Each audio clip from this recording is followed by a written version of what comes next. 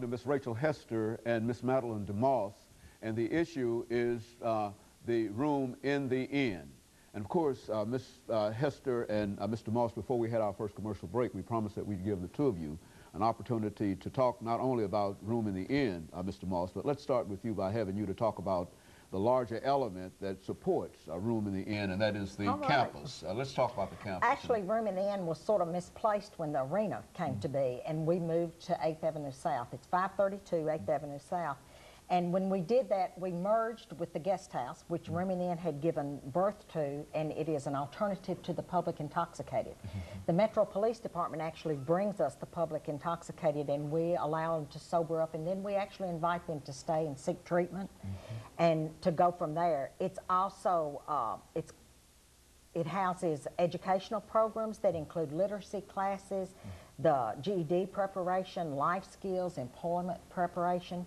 We have a respite care program that provides space for people that are medically fragile, that especially the ones that are leaving hospitals, that if they had a home, they'd be able to go to a home and recuperate. So that's one of the newest programs, and one of the really that offers a service that is so needed. We have day services, which include showers, clothing vouchers, access to meals, work identification, referrals, and case management, and a mailbox to use. We also have phones for the participants themselves to use. We have a Spanish-speaking services program that actually reaches across the city and helps translate for other programs and everything. We have a congregational helpline, which is it's a screening service for area congregations.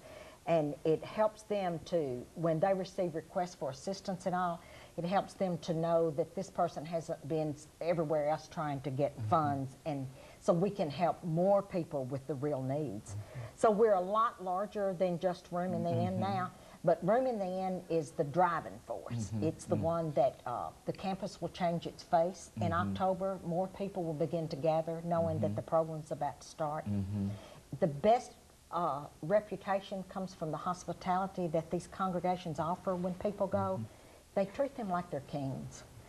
They are so appreciative of the little things that people do, but the biggest gift that our congregations give is actually sitting down and listening to a person at night. They also have the art of knowing when someone doesn't want to be disturbed, and they can let them lay down and sleep. And a lot do. That's all they want to do really a lot of times is eat and sleep, because all day long they've been walking. The majority of homeless, which is amazing, do work. A lot of them do work through day labor, but some people have really well-paying jobs, and they're either paying off old fines or child support or something that keeps them at the bottom. And it's very hard to climb out of something that the pit seems to get deeper and deeper. And I think I know the congregations really give them hope that people still care, and that there's still something out there that's bigger than all of us. And I think they know that. You know, Ms. Hester, as the coordinator for the room in the inn, you've probably got some experiences or some stories that you can share with us dealing with some of the congregations and some of the things that they've said in reference to what you're trying to accomplish with this program. Right.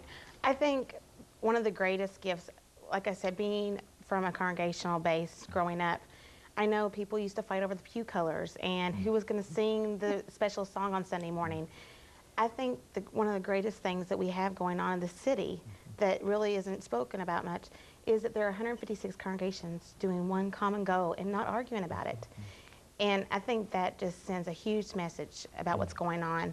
And I think it also is good for all of us to realize that it's just by the grace of God that some of us are not there, or that in addiction and homelessness or addiction and mental health issues, they touch every family.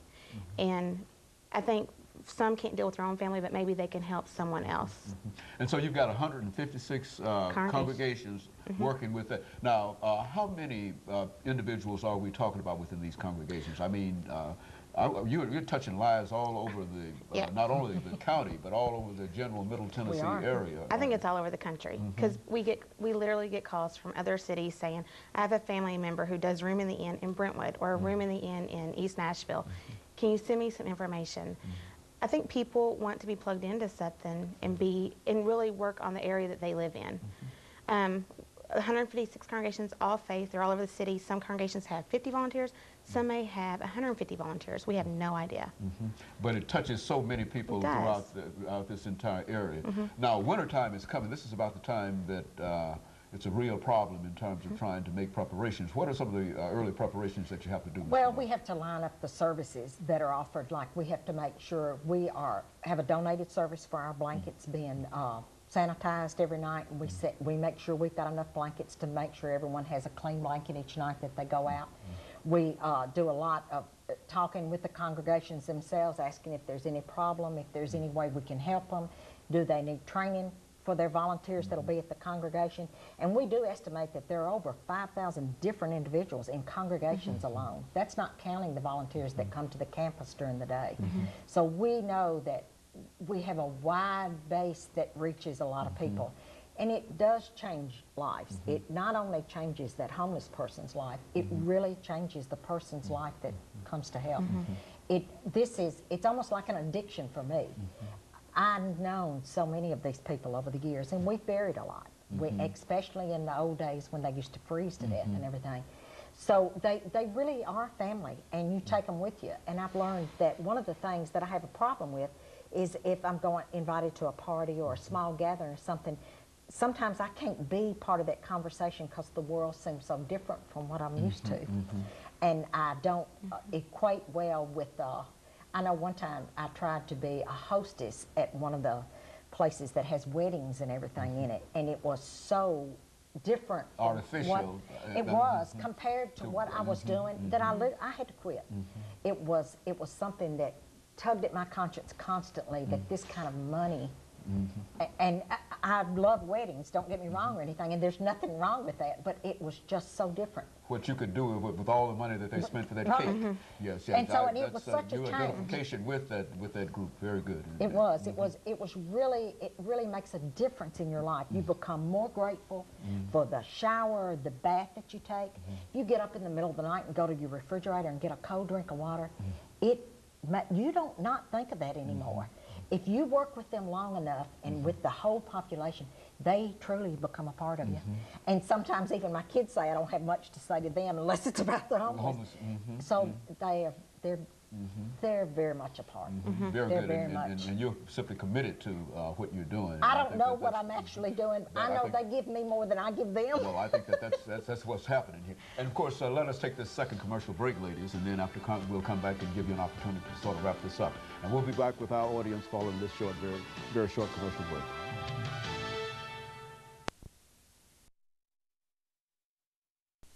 We're talking